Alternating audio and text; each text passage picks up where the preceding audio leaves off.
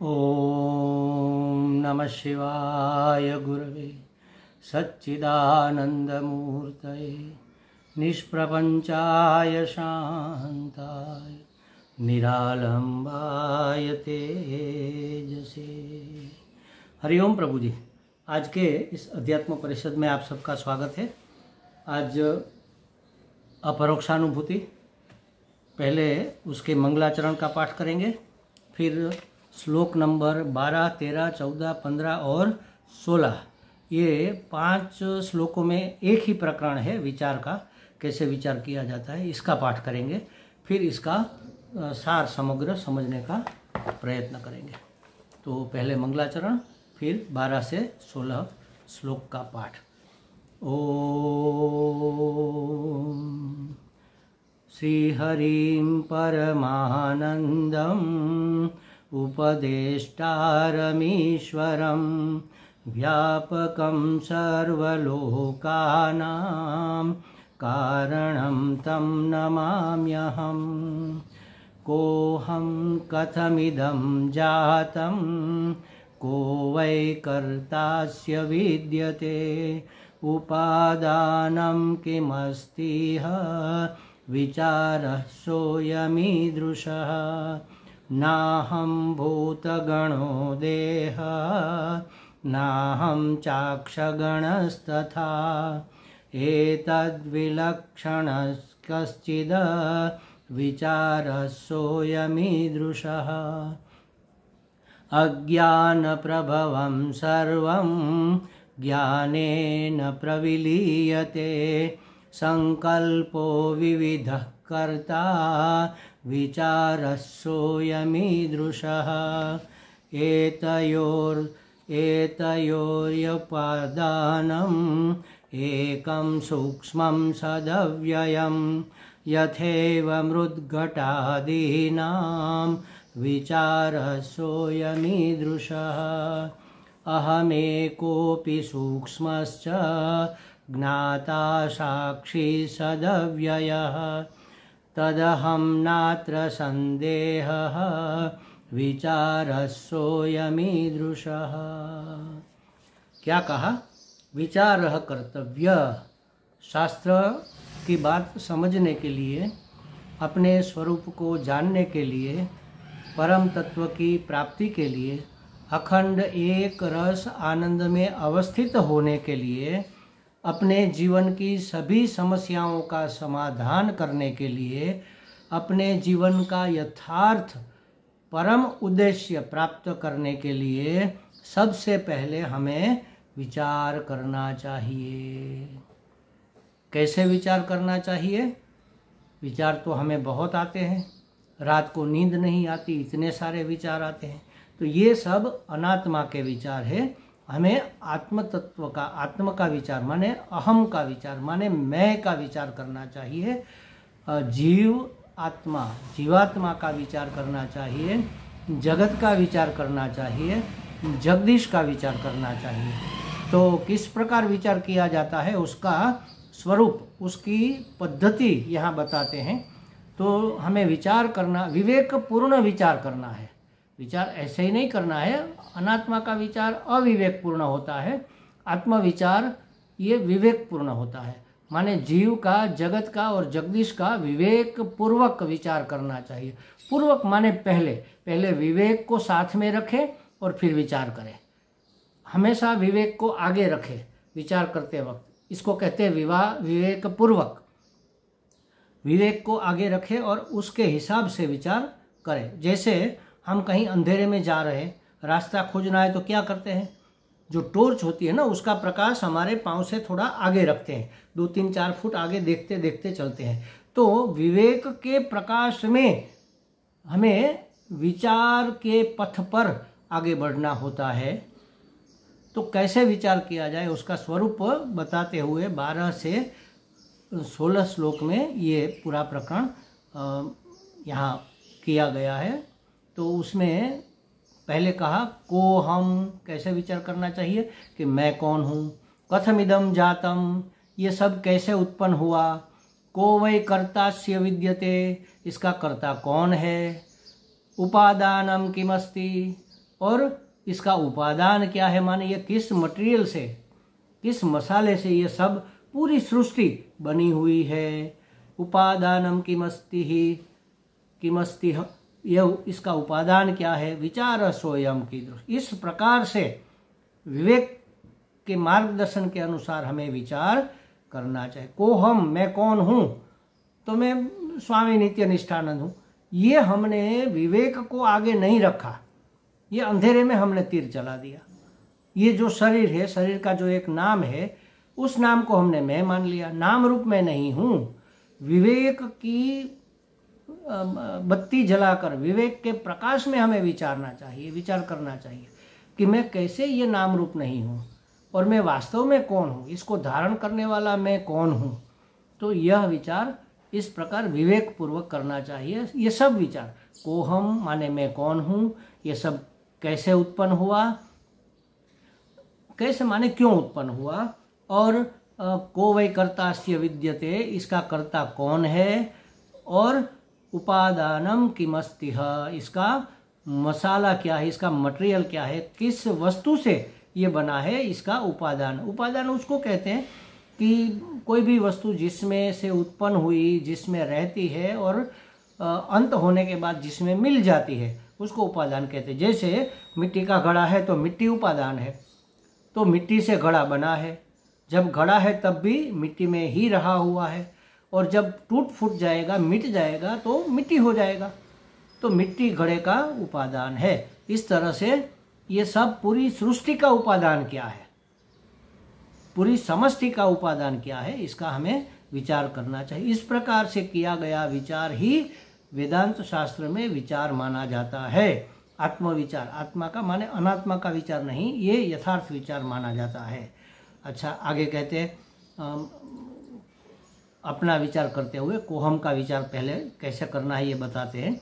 नाहं भूतगणो देहः नाहं चाक्षुगणस्तथा एतद्विलक्षण कश्चित् विचार सोयमीदृशः। 13वें श्लोक में कहा कि नाहं भूतगणो देह, इस पंच महाभूत के समूह रूप ये देह में नहीं हूँ। ये हमारा जो शरीर है पंच महाभूतों से बना है, आकाश, वायु, अग्नि, जल और पृथ्वी। पृथ्वी से निकला हुआ अनाज भी पृथ्वी माना जाएगा। अन्न और जल से बना हुआ माने पंच महाभूतों से ये हमारा शरीर बना हुआ है।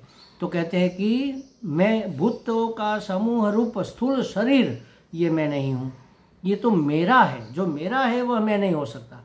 शरीर मेरा है, मैं नहीं। इसके बारे में बहुत चर्चा भी हमने की है आगे। तो ये भूत गण समूह में नहीं हूँ। ना हम चाक्ष गणस तथा, और इंद्रियों, चाक्ष, चक्षु माने इंद्रिय, और मुख्य इंद्रिय आँख है, इसलिए आँख को भी चक्षु कहते हैं। तो इंद्रियों का समूह भी मैं नहीं हूँ, माने 5 ज्ञानेंद्रिया, 5 कर्मेंद्रिया, ये मैं नहीं हूँ। 5 ज्ञानेंद्रिय माने शब्द, स्पर्श, रूप, रस, गंध, इन 5 विषयों को ग्रहण करने वाली 5 इंद्रियाँ। शब्द को ग्रहण करती है श्रोत्र, स्पर्श को ग्रहण करती है ये त्वक, रूप को ग्रहण करती है चक्षु आँख, और रस को ग्रहण करती है हमारी जिह्वा रसना, और गंध को ग्रहण करती है हमारी घ्राणेंद्रिया, और चलना फिरना, पकड़ना छोड़ना, ये सब कर्म करती है हमारी 5 कर्मेंद्रियाँ। तो 5 कर्मेंद्रियों में हाथ, पाँव, वाणी, उपस्थ और पायु, ये 5, 2 नीचे की इंद्रिया, 3 ऊपर की, ये 5 कर्मेंद्रिया। तो इन 10 इंद्रियों का समूह भी मैं नहीं हूँ। ना हम चाक्ष गणस तथा एतद् विलक्षण कश्चित्, इन सब से कुछ विलक्षण ही मैं हूँ, माने इसके लक्षण और मेरे लक्षण समान नहीं है, मिलते जुलते नहीं है, इसलिए कहते हैं विलक्षण। क्योंकि ये इंद्रियां तो पर प्रकाश्य है, मैं स्वयं प्रकाश हूँ। इंद्रियां तेज होती है तो धीरे धीरे वह क्या होती है, क्षीण भी हो जाती है, कभी कभी नष्ट भी हो जाती है। वृद्धावस्था में कहते हैं हमें अब सुनाई नहीं देता, कोई कहता है हमें दिखाई नहीं देता। तो इंद्रियां नष्ट भी हो जाती है, क्षीण भी हो जाती है। मैं न तो नष्ट होता हूँ, न तो क्षीण होता हूँ, न तो कम होता हूँ, न तो ज़्यादा होता हूँ, जो हूँ वही रहता हूँ। तो मैं ये इंद्रियों का समूह भी नहीं, इसके और मेरे लक्षण अलग अलग है। ये पंच महाभूत और मेरे लक्षण अलग अलग है। एतद विलक्षण कश्चित, इन दोनों से माने पंच महाभूतों से और 10 इंद्रियों के समूह से मेरे लक्षण मिलते नहीं है, माने मैं कुछ उससे मैं विलक्षण हूँ। इस प्रकार से विचार सोयम कीदृश, विचार सोयमीदृश, इस प्रकार से विचार करना चाहिए। और आगे कहा, पहला प्रश्न हुआ मैं कौन हूँ, अब दूसरा प्रश्न यह कैसे उत्पन्न हुआ। अज्ञान प्रभवम सर्वम ज्ञानेन प्रविलीयते, संकल्पो विविधः कर्ता विचारः सोऽयमीदृशः। अज्ञान प्रभवम सर्वम, पूछा था इसका कर्ता कौन है, तो कहा कि अज्ञान इसका कर्ता है। अज्ञान से सर्व पैदा हुआ है, ज्ञान और अज्ञान से पैदा हुआ है तो ज्ञान से प्रविलीयते, ज्ञान से विलीन हो जाएगा, उसमें मिल जाएगा, अपने आप लुप्त हो जाएगा, विलीन हो जाएगा, लीन हो जाएगा, ज्ञान से मिट जाएगा क्योंकि अज्ञान से उत्पन्न हुआ है। अच्छा, इसका कर्ता कौन है, विविध संकल्प कर्ता, भांत भांत के संकल्प माने कामनाएं, संकल्प माने हमारी कामना ही इसकी कर्ता है, इस जगत की कर्ता हमारी कामना है। सभी मनुष्य पंच इंद्रिय है, बाकी प्राणी पशु पक्षी 1 से लेकर 5 इंद्रिय तक है। तो हमारी 5 इंद्रियों में हमारे 5 इंद्रियों की वासना की पूर्ति के लिए, कामना की पूर्ति के लिए यह जगत बना है, हमने कर्मों का फल देने के लिए भी यह जगत बना है। तो कहने का मतलब है हमारी कामना के हिसाब से इस सृष्टि की रचना हुई है। अगर हमने कोई ऐसी कामना कर ली कि इस बार इस सृष्टि में वह अवेलेबल नहीं है और हमारी 5 इंद्रियों से या 10 इंद्रियों से उसको प्राप्त नहीं किया जा सकता, उसके लिए कोई विशिष्ट इंद्रिय चाहिए, तो हो सकता है अगली सृष्टि में हमारी 6 इंद्रियां हो जाए, छठी कोई इंद्रिया भी बन जाए। तो हमारी कामना, हमारे संकल्प ही इस विविध दिखने वाले जगत का करने वाला हमारा संकल्प है, हमारी कामनाएं है। इस प्रकार हमें विचार करना चाहिए। और आगे कहते हैं ये जगत किससे बना है, इसका मटेरियल क्या है इसका उपादानम किमस्ति। तो कहा कि एतद यो उपादानम एकम सूक्ष्मं सदव्ययम यथैव मृद्घटादीनां विचारः सोऽयमीदृशः।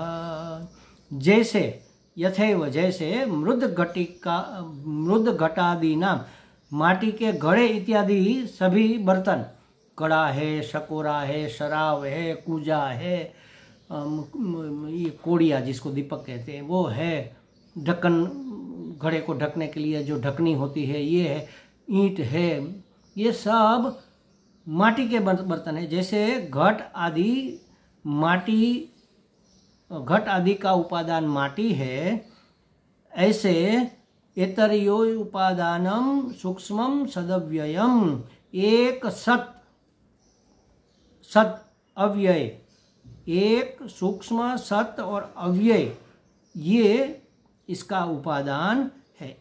माने सदैव सौम्येदम अग्र आसीत एकमेवा द्वितीयम, जो उपनिषद में कहा ना, पहले सत्य परमात्मा ही था और कुछ था नहीं, और मात्र था ही था, कुछ करता नहीं था। जब जगत का सर्जन हुआ तो और कुछ तो था नहीं, स्वयं ही बना।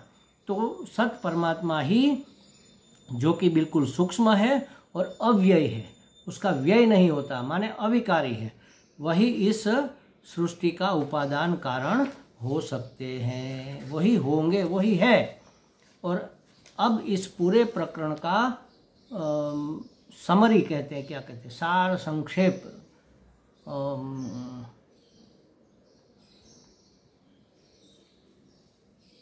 पूरी कहानी के बाद में हम जो संक्षेप करते हैं उसको क्या कहते हैं, वो बस वो अभी ये 16वें श्लोक में बताया जा रहा है। क्या कहा, अहमेकोऽपि सूक्ष्मश्च ज्ञाता साक्षी सदव्ययः तदहं नात्र संदेहः विचारः सोऽयमीदृशः।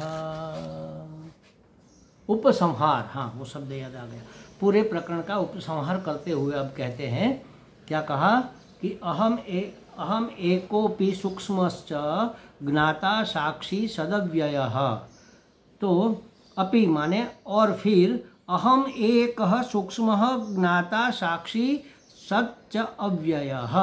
मैं, अहम माने मैं, एक हूँ, सूक्ष्म हूँ, ज्ञाता हूँ, साक्षी हूँ, अव्यय माने निर्विकार हूँ और सत्य स्वरूप हूँ।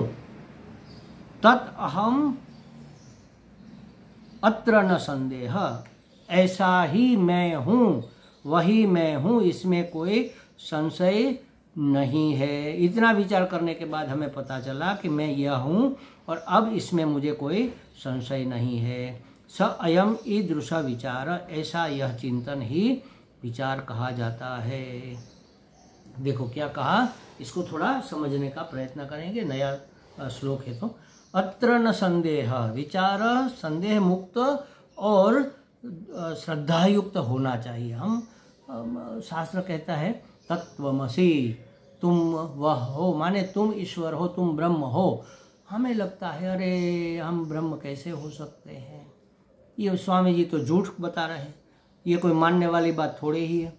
तो कभी भी हम अपने आप को ब्रह्म के रूप में जान नहीं पाएंगे। जब तक नहीं जानते हैं तब तक शंका रहित होकर श्रद्धा पूर्वक उसको मानकर आगे बढ़ना है। स्वामी जी ने कहा, शास्त्र ने कहा, गुरु जी ने कहा, हमारे कई मुनियों ने भी कहा है अपने अनुभव से, माने श्रुति स्मृति महात्माओं की अनुभूति और युक्ति से सिद्ध होता है कि मैं ब्रह्म हूँ। तो मुझे क्यों नहीं लगता?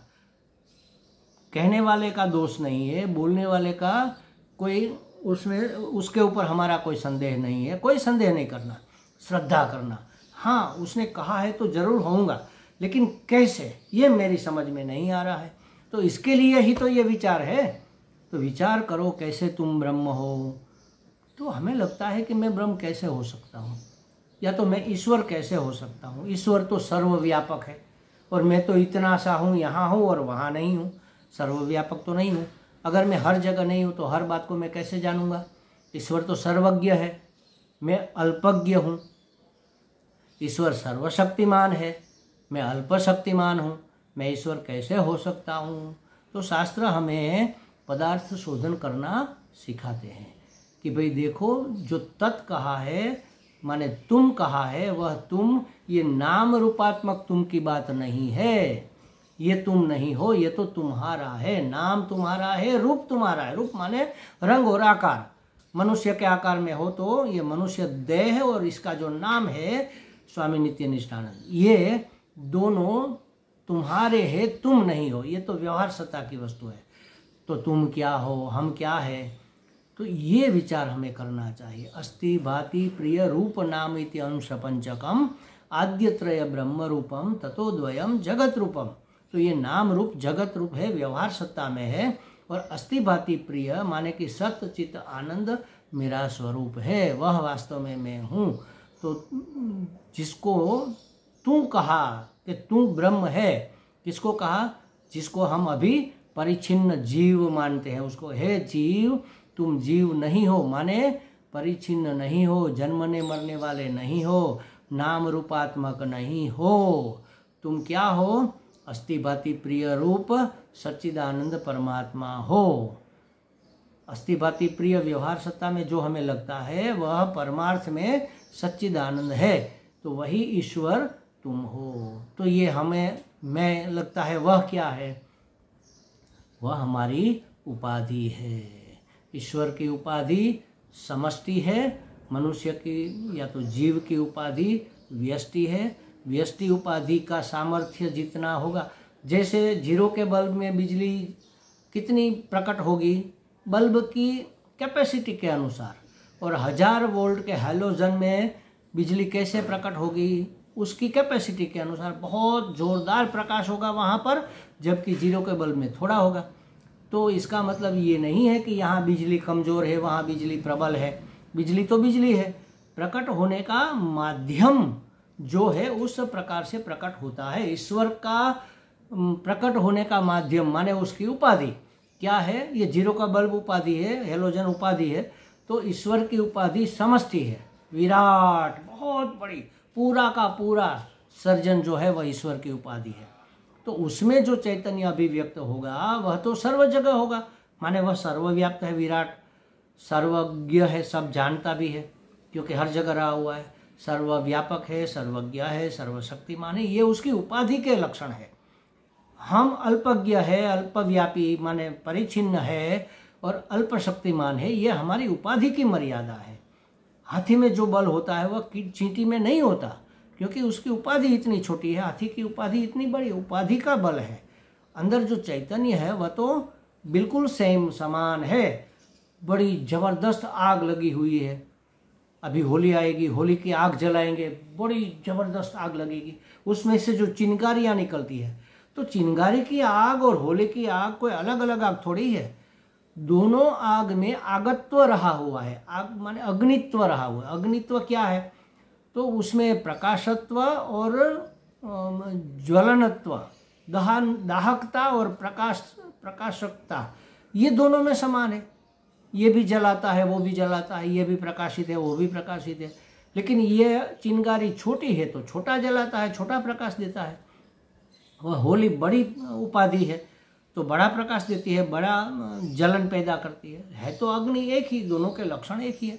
बस उसी तरह तत्वमसि तुम वही हो, यह हमें जानना चाहिए और इसमें कोई संदेह नहीं होना चाहिए। जब तक नहीं जानते हैं तब हमें शास्त्र के ऊपर, महात्माओं के ऊपर, सदगुरु के ऊपर, ईश्वर के ऊपर श्रद्धा करनी चाहिए कि नहीं ये कहते हैं, झूठ क्यों कहेंगे, इसका कोई ऐसा तो कोई इंटेंसिव नहीं है, हेतु नहीं है, झूठ कह के हमें कोई बरगला ले, हमें ठग ले, क्या चाहिए उसको, कुछ नहीं, हमारा कल्याण ही तो चाहिए उसको। तो वो जो कहते हैं वो तो सच ही है, ऐसी हमारी दृढ़ श्रद्धा, संदेह मुक्त श्रद्धा होनी चाहिए। तो जो हम विचार करते हैं उसमें हमें अपने विचार पर, शास्त्र ने बताए हुए विचार पर संदेह नहीं करना चाहिए, श्रद्धा युक्त और संदेह रहित विचार होना चाहिए। अत्र न संदेह, यहाँ संदेह नहीं होना चाहिए। स्पष्टता और सातत्य युक्त हमारे विचार होने चाहिए, बिल्कुल स्पष्टम होने चाहिए और कंटिन्यूटी बनी रहनी चाहिए कि आज विचार किया कि नहीं मैं देह नहीं हूँ, कल विचार किया करे मुझे दुख तो होता है, कोई मेरा अपमान करता है तो मुझे बुरा लगता है, मैं तो देही हूँ, मैं तो यही हूँ। तो फिर हमने बदल दिया, फिर कहा गुरु के पास गए सुनने के लिए, शास्त्र में पढ़ा, नहीं मैं ये देह नहीं हूँ, क्योंकि जन्मने मरने वाला मैं नहीं हूँ, ये बढ़ने घटने वाला मैं नहीं। तो ऐसे बदलने वाले विचार नहीं होने चाहिए, सातत्य युक्त और स्पष्ट विचार होना चाहिए। माने विचार जैसे हमने कहा विवेक युक्त होने चाहिए, विवेक पूर्वक करने चाहिए, उसमें विवेक के छलनी से छान कर विचार करना चाहिए। अतः मुमुक्षु को चाहिए कि विवेक द्वारा अनात्म विचार का त्याग करके श्रद्धावान होकर के विचार करे। क्या विचार करे, अहम एकोपि सूक्ष्मश्च ज्ञाता साक्षी सदव्ययः, ये विचार करना। अहम माने मैं, एक हूँ, अपि माने भी, एक हूँ और सूक्ष्म हूँ, च माने और मैं सूक्ष्म हूँ, ज्ञाता हूँ, साक्षी हूँ, सत्य स्वरूप हूँ, अव्यय माने अविकारी हूँ। मैं एक हूँ, मैं सूक्ष्म हूँ, सूक्ष्म माने स्थूल नहीं हूँ, ये जो दिख रहा है ये शरीर स्थूल है, उसके अंदर मन बुद्धि चित्त अहंकार ये सूक्ष्म है, और इससे भी सूक्ष्म है हमारा चिदाभास, और उससे भी सूक्ष्म है बिंब माने चैतन्य। तो ये चैतन्य में हो, सूक्ष्म माने सूक्ष्मतम, यहाँ इसका अर्थ सूक्ष्मतम करना है, सबसे जो सूक्ष्म है, जो हर एक में समाया हुआ है। जैसे पृथ्वी, मिट्टी मर्यादित जगह रोकती है, मिट्टी से जल थोड़ा ज़्यादा सूक्ष्म है तो ज़्यादा जगह फैला रहता है, जल से अग्नि ज़्यादा सूक्ष्म है तो हर जगह अग्नि फैल सकती है, अग्नि से ज़्यादा सूक्ष्म है तो हर जगह वायु रहता है, वायु से ज़्यादा सूक्ष्म आकाश है, तो आकाश तो है ही, सब आकाश में ही तो समाया हुआ है, जितना सूक्ष्म उतना व्यापक होता है। और आकाश से भी आत्मा सूक्ष्म है, माने कि सब ये पंच महाभूत, ये समग्र सृष्टि आत्मा के अंतर्गत है, इसलिए उसको परमात्मा कहते हैं। परमात्मा के अंतर्गत है, वह मैं हूँ, इतना सूक्ष्मतम मैं हूँ। मैं एक हूँ माने अनेक नहीं हूँ, अनेक मेरे रोल है। जैसे कि मैं पुरुष हूँ, स्त्री की अपेक्षा से मैं पुरुष हूँ। जैसे कि मैं मनुष्य हूँ तो पशु पक्षी की अपेक्षा से मैं मनुष्य हूँ, उसकी पैरिटी में। जैसे कि मैं वृद्ध हूँ तो बालक और युवान की अपेक्षा से उसकी पैरिटी में, उसकी तुलना में मैं वृद्ध हूँ। मैं सन्यासी हूँ माने गृहस्थ और ब्रह्मचारी की अपेक्षा से मैं सन्यासी हूँ, उसकी तुलना में मैं मेरा ये अलग है। मैं सुंदर हूँ माने जो कुरूप है उसकी अपेक्षा से मैं सुंदर हूँ। मैं विद्वान हूँ माने जो मूर्ख है उसकी अपेक्षा से मैं विद्वान हूँ। फिर हमारा रोल भी होता है। जैसे मैं सन्यासी हूँ तो अभी मैं वक्ता हूँ, आप श्रोता है। फिर हमारे गुरुजी बोलेंगे मैं सुनूंगा तो मैं श्रोता हो जाऊंगा। तो ये सब अलग अलग मैं नहीं हूँ, सब में समाया हुआ एक ही मैं हूँ। मैं एक हूँ, बाकी सब मेरे रोल है। कर्ता, जब मैं कार्य करता हूँ तो करता हूँ, जब फल भोगता हूँ तो मैं भोगता हूँ, जब मैं जाता हूँ तो गंता हूँ, जब मैं बोलता हूँ तो वक्ता हूँ, जब मैं सुनता हूँ तो श्रोता हूँ। उसी तरह जैसे समझो कि मैं स्कूल में पढ़ाता हूँ तो मैं शिक्षक हूँ। घर जाऊँ मैं तो समझो कि गृहस्थी है कोई, तो घर जाएगा तो उसकी पत्नी के सामने वह पति है, उसके पिता के सामने पुत्र है। तो ये उसके अलग अलग रोल है। वास्तव में एक ही व्यक्ति है। मैं एक हूँ, मैं सूक्ष्म हूँ, मैं ज्ञाता दृष्टा हूँ। ज्ञाता माने मैं जानने वाला हूँ, ज्ञान स्वरूप हूँ। ज्ञाता दृष्टा माने साक्षी हूँ। साक्षी माने जो सिर्फ जानता है और देखता है। ज्ञाता दृष्टा बस देखता रहता है, कुछ करता वर्ता नहीं है। क्या हो रहा है वह जानता है, वह देखता है। ऐसा मैं साक्षी हूँ। अव्यय हूँ माने अविकारी हूँ, मुझ में कोई विकार नहीं होता, मेरा व्यय नहीं होता। हर एक व्यक्ति, वस्तु, पदार्थ, परिस्थिति में षड विकार होते हैं, ये हमने देखा है। तो ये षड विकार स्वरूप मैं नहीं हूँ, मैं सत्य स्वरूप हूँ। सत्य स्वरूप ही अविकारी होता है। मैं सत्य हूँ माने हूँ अस्थि स्वरूप, सत्य स्वरूप मैं हूँ। जैसे उपनिषद में कहा था ना, सदैव सौम्येदम अग्र आसीत् एकमेवाद्वितीय। एक और अद्वितीय सत्य परमात्मा ही पहले था, वही सत्य स्वरूप मैं हूँ जो कभी मिटता नहीं, माने समग्र अस्तित्व स्वरूप मैं हूँ।